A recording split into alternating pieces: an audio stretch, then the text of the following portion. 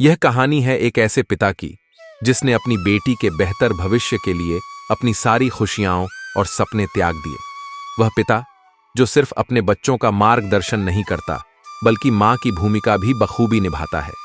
वह पिता जिसने अपनी बेटी को जीवन की वो हर महत्वपूर्ण बात सिखाई जो एक मां अपनी बेटी को सिखाती है: आत्मसम्मान, प्यार, संघर्ष और उम्मीद। एक पिता की इस अपार त्याग और बलिदान की कहानी जो बिना किसी शिकायत के अपने परिवार की खुशहाली के लिए हर मुश्किल को खुद पर झेलता है। आइए आज हम आपको सुनाते हैं इस पिता की प्रेरणादायक और दिल को छूने वाली कहानी। नई नई शादी के बाद यह मेरी पहली रसोई थी। दादी के कहे अनुसार मैं उस सुबह जल्दी उठकर सुनहरे गोटे वाली पीली साड़ी पहनकर तैयार हो गई थी। तभी सासू मां मेरे कमरे में आकर बोली, श्वेता, थोड़ी देर में किचन में आ जाना, मोहित की बुआ जी तुम्हारी पहली रसोई की रस्म करवाएंगी।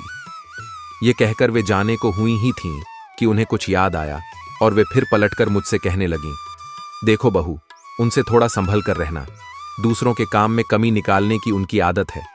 वे कह रही थीं कि वे तुमसे खिचड़ी के साथ साथ मीठे गुलगुले भी बनवाएंगी, तुम बना लोगी ना? उन्होंने मुझसे पूछा तो मैंने हां में सिर तो हिला दिया, लेकिन असल में मैं पूरी ही हिल गई, क्योंकि गुलगुले कैसे बनाए जाते हैं यह मुझे पता नहीं था। मायके में पापा बनाते थे और मैं मजे से खाती थी।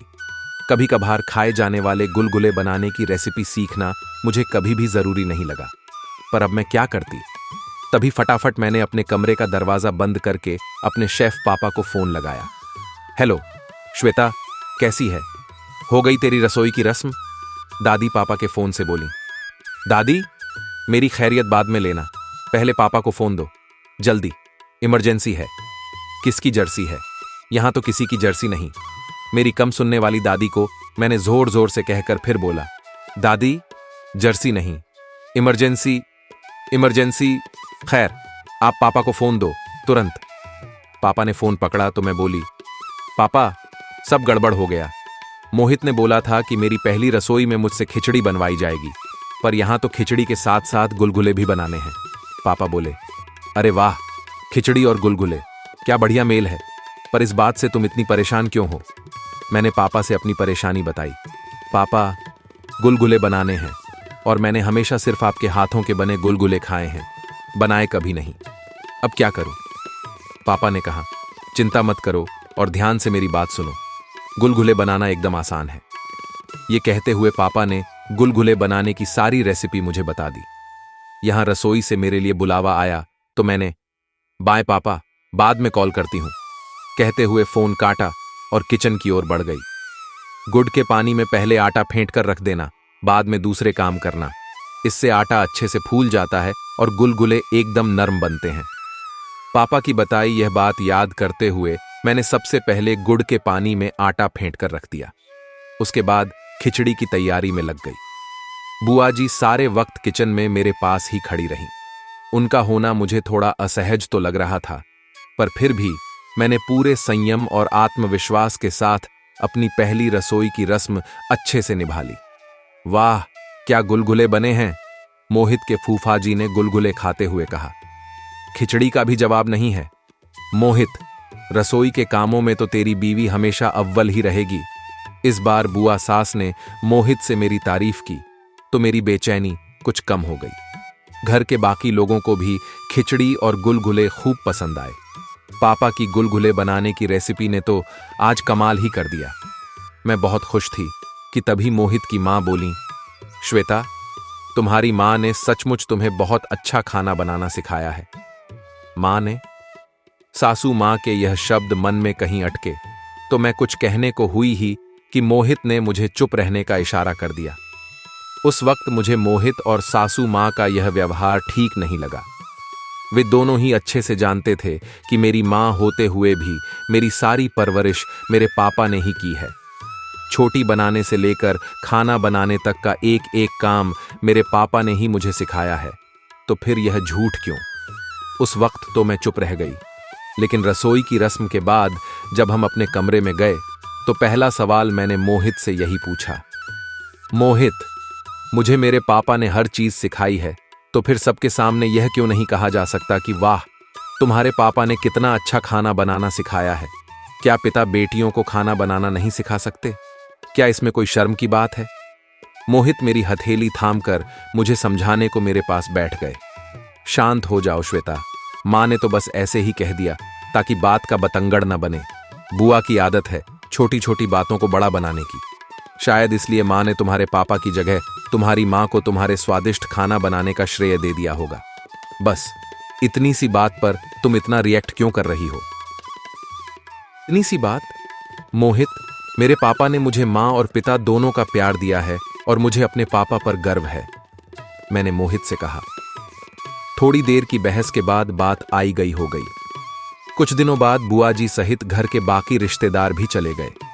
जाते हुए सभी ने मेरी और मेरे संस्कारों की खूब तारीफ की। मोहित के घर पर सभी इस शादी से बहुत खुश थे। शादी के कुछ ही दिनों बाद होली आई और मेरे मायके के रिवाज के हिसाब से बेटी दामाद की शादी के बाद की पहली होली पीहर में ही होनी थी। इसीलिए मैं और मोहित मेरे पापा के घर के लिए चल दिए। जैसे ही घर के बाहर हमारी कार रुकी, ढोल वाले ढोल बजाने लगे। दरवाजे पर सुंदर रंगोली देखकर मन गदगद हो गया। पापा ने हम दोनों का स्वागत गर्मजोशी से किया। अंदर आते ही डाइनिंग टेबल पर लज्जतदार पकवान सजे हुए थे। दादी मुझ पर और मोहित पर अपना लाड़ दुलार लुटा रही थीं। पापा यहां से वहां भाग भाग कर अपने दामाद की खातिरदारी कर रहे थे। तभी मोहित ने उनका हाथ पकड़कर उन्हें अपने पास बैठा लिया। पापा, मैं कोई मेहमान नहीं हूं, आपका अपना बेटा हूं। इतना परेशान क्यों हो रहे हैं आप? 2 घड़ी बैठकर सांस ले लीजिए। मोहित का यह अपनापन देखकर पापा की आंखें सजल हो गईं। वे कुछ देर तक मुझे और मोहित को लगातार देखते रहे। मां एक कोने में बैठी हमेशा की तरह कुछ कुछ बड़बड़ा रही थी और दादी किचन में सबके लिए अपने हाथों की बनी स्पेशल खीर लेने चली गई थी। कुछ देर तक हमें निहारते हुए पापा बोले, चलो खाना तैयार है, अभी सब गर्मागर्म है। जी पापा, कहते हुए मोहित और मैं खाने को चल दिए। पूरी टेबल तरह तरह के पकवानों से भरी पड़ी थी। शाही पनीर, मलाई कोफ्ता, दही बड़े, मेथी पूरी, मसाला पूरी, आलू गोभी, रसगुल्ला, गुजिया और किचन से आती दादी के हाथ की स्पेशल खीर। वाओ, इतना सारा खाना! दादी, कमाल करती हो आप, इस उम्र में इतनी मेहनत। मोहित ने खाने से भरी टेबल देखते हुए दादी से कहा तो दादी बोली, क्या सेहत? अरे अब कैसी सेहत बेटा, बस ये समझो कि बुढ़ापे में गाड़ी खींच रही है बस। सिर पर हाथ रखते हुए मैंने अपनी कम सुनने वाली दादी से कहा, सेहत नहीं दादी, मेहनत, मेहनत। पापा, दादी की कान की मशीन कहाँ है? दादी की बात पर सभी हंस पड़े तो मैं बोली, मोहित, वैसे इस लज्जतदार खाने के पीछे दादी की कम, मेरे शेफ पापा की ज्यादा मेहनत है। हमारे घर का खाना पापा ही बनाते हैं। दादी ने यह खीर बस बनाई है ना पापा? पापा मेरी बात पर सिर्फ मुस्कुराए। मोहित हर एक चीज को बड़े शौक से खाने लगे। हर डिश का स्वाद उम्दा था। खाते हुए मोहित हर एक की तारीफ कर रहे थे। पापा, सच में बहुत टेस्टी खाना है। पता है पापा, मेरे घर पर श्वेता के हाथों के बने खाने की भी बहुत तारीफ होती है। सभी कहते हैं कि श्वेता की माँ ने क्या खूब खाना बनाना सिखाया है श्वेता को। मोहित की बात सुनते ही सब शांत हो गए। उनकी बात पर मुझे गुस्सा आया तो पापा बात संभालते हुए बोले, बिल्कुल, श्वेता की माँ बहुत अच्छा खाना बनाती थी। मैंने उनसे ही तो ये सब सीखा है और फिर वही कला श्वेता में आ गई। पापा की सहज सरल बातें सुनकर मेरी और दादी की आंखें भर आईं। वे कब से दोहरा जीवन जी रहे थे। पत्नी होते हुए भी पत्नी के सुख से वंचित थे। दादी, माँ और मेरी सारी जिम्मेदारियां वे कितनी सहजता से निभा रहे थे। मैं पापा की ओर एकटक देख रही थी। तभी दादी बोली, श्वेता, अब मोहित को थोड़ा आराम करने के लिए ले जाओ। इतनी दूर से गाड़ी चलाकर आया है, थक गया होगा।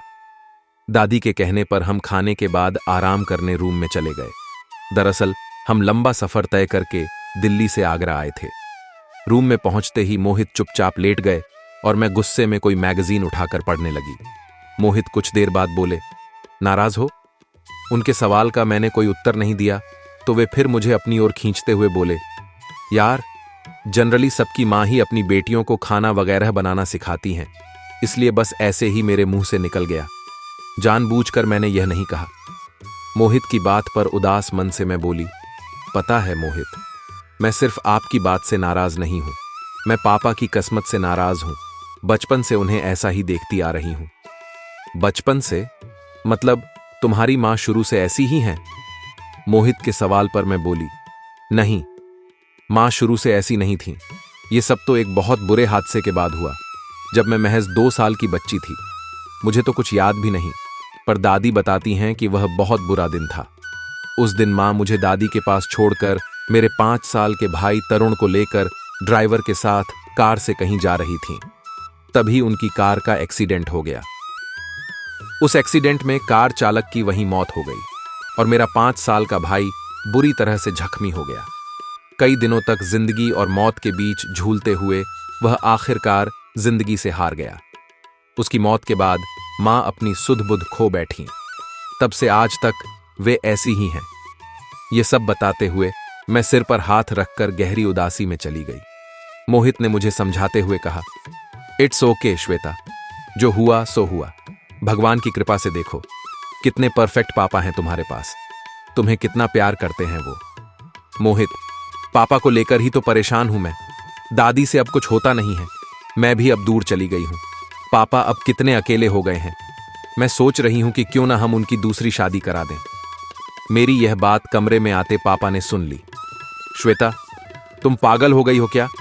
ये कैसी फालतू की बातें कर रही हो?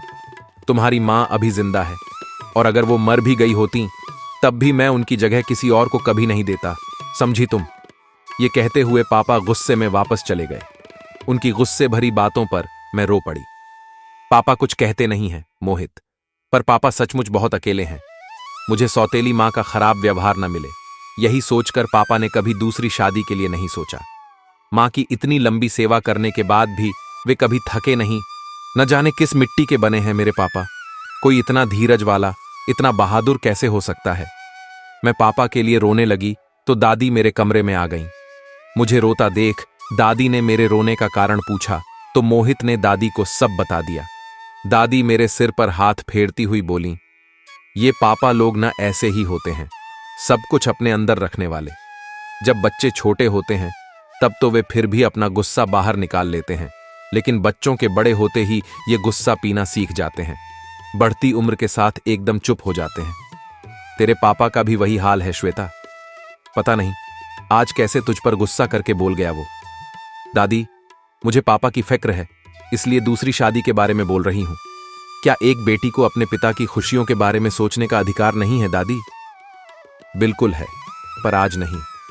हम फिर कभी इस बारे में बात करेंगे। आज तो मोहित शादी के बाद पहली बार यहां आया है। आज होली के दिन घर का माहौल मत बिगाड़ो। कुछ देर में पापा का गुस्सा कम हुआ तो हम होली खेलने की तैयारियों में लग गए। मोहित और मैंने सबको रंग लगाया। कुछ और मीठे दिन गुजारकर हम वापस आगरा से दिल्ली आ गए। वक्त अपनी गति से चलता रहा। पापा से मैं रोज फोन पर बात करती रहती, समय निकालकर बीच बीच में आगरा भी हो आती। शादी के 2 साल ही हुए थे कि मैं उम्मीद से हो गई। पूरे 9 माह बाद मुझे पुत्र रत्न की प्राप्ति हुई तो दोनों परिवारों में खुशी गूंज उठी। पापा दादी मां को लेकर आगरा से दिल्ली आए तो मैं मां को देखकर दंग रह गई। मां को लेकर पापा कभी कहीं नहीं जाते, तो फिर मां यहां कैसे आई? मैं कुछ सोच ही रही थी कि मां ने मेरे बेटे को गोद में लेकर सालों बाद एक स्पष्ट शब्द बोला, तरुण। तरुण? ये तो मेरे उस भाई का नाम था जिसकी सूरत भी मुझे ठीक से याद नहीं थी। सब स्तब्ध थे। पापा की आंखों से आंसू झरझर बह रहे थे। मां एकदम नॉर्मल व्यवहार दिखा रही थी। एक नवजात शिशु ने वह कर दिखाया था जो बड़े बड़े डॉक्टर नहीं कर पाए थे। उसके बाद पापा, मां और दादी कुछ दिनों मेरे साथ दिल्ली में ही रहे। मां नानी होने का हर फर्ज निभा रही थी। तरुण की किस्मत ऐसे नाना नानी पाकर सच में तरुण हो गई थी। फिर पापा, मां और दादी मेरे बेटे को अपना आशीर्वाद और उसे तरुण नाम देकर वापस चले गए। मां की तबीयत में धीरे धीरे सुधार आता गया और पापा की जिंदगी में फिर से खुशियां लौट आईं। मैं कुछ माह बाद 5 माह के तरुण को लेकर मायके गई तो इस बार डाइनिंग टेबल पर पहले से भी ज्यादा व्यंजन परोसे गए। मां ने मेरे लिए सौंठ गुड़ के लड्डू बनाए। मोहित भी मेरे साथ थे। कुछ देर बाद हमने खाना खाया तो मोहित बोले, वाह पापा, क्या खूब खाना बनाया है। पापा हंसते हुए बोले, इस बार तुम्हारी सास यानी कि श्वेता की मां ने रसोई तैयार की है, मैंने तो बस उनकी मदद की है। दामादजी, अब उनकी भी तारीफ कर दो। वो क्या है ना कि मर्द तो यह बात झेल जाते हैं, पर स्त्री अपने हाथ के बने खाने की तारीफ सुने बिना नहीं रह पाती। तभी दादी बोली, जिस दिन स्त्रियां अपने बने खाने की तारीफ सुनना छोड़ देंगी, उस दिन दुनिया के सभी स्वाद फीके पड़ जाएंगे। सच कह रही हैं आप दादी। माँ, आपने बहुत स्वादिष्ट खाना बनाया है। मेरी माँ यह सुनकर मुस्कुरा दी। मुझे पता था कि खाना माँ ने कम, पापा ने ज्यादा बनाया था। माँ तो धीरे धीरे ठीक हो रही थीं। वे एकदम से सारे काम कैसे संभाल सकती थीं, पर पापा रसोई में माँ की उपस्थिति से बहुत खुश थे। निस्संदेह माँ के ठीक होने से मैं भी बहुत खुश थी, लेकिन पापा को उनका साथ फिर से मिल गया, इस बात से मैं और ज्यादा खुश थी। असल में ऐसे ही तो होते हैं पापा, खुद कभी किसी बात का श्रेय नहीं लेते। धीरज और प्यार से, रहस्यमय ढंग से, किसी जादूगर की तरह सब ठीक कर देते हैं, बिल्कुल मेरे शेफ पापा की तरह। इस कहानी के माध्यम से हमने देखा कि एक पिता का प्यार और त्याग बिना किसी शर्त के होता है।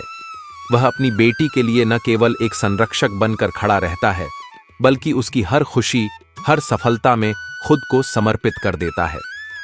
इस बलिदान और सच्चे प्रेम की कोई कीमत नहीं होती, क्योंकि एक पिता की पहचान उसकी बेटी की मुस्कान में ही होती है। जीवन की कठिनाइयां चाहे जैसी भी हों, एक पिता का प्रेम कभी भी कमजोर नहीं पड़ता। यह कहानी हमें यही सिखाती है कि प्यार और परिवार का असली मतलब सिर्फ त्याग और बलिदान में ही नहीं, बल्कि एक दूसरे के लिए सच्चे समर्पण में छिपा होता है।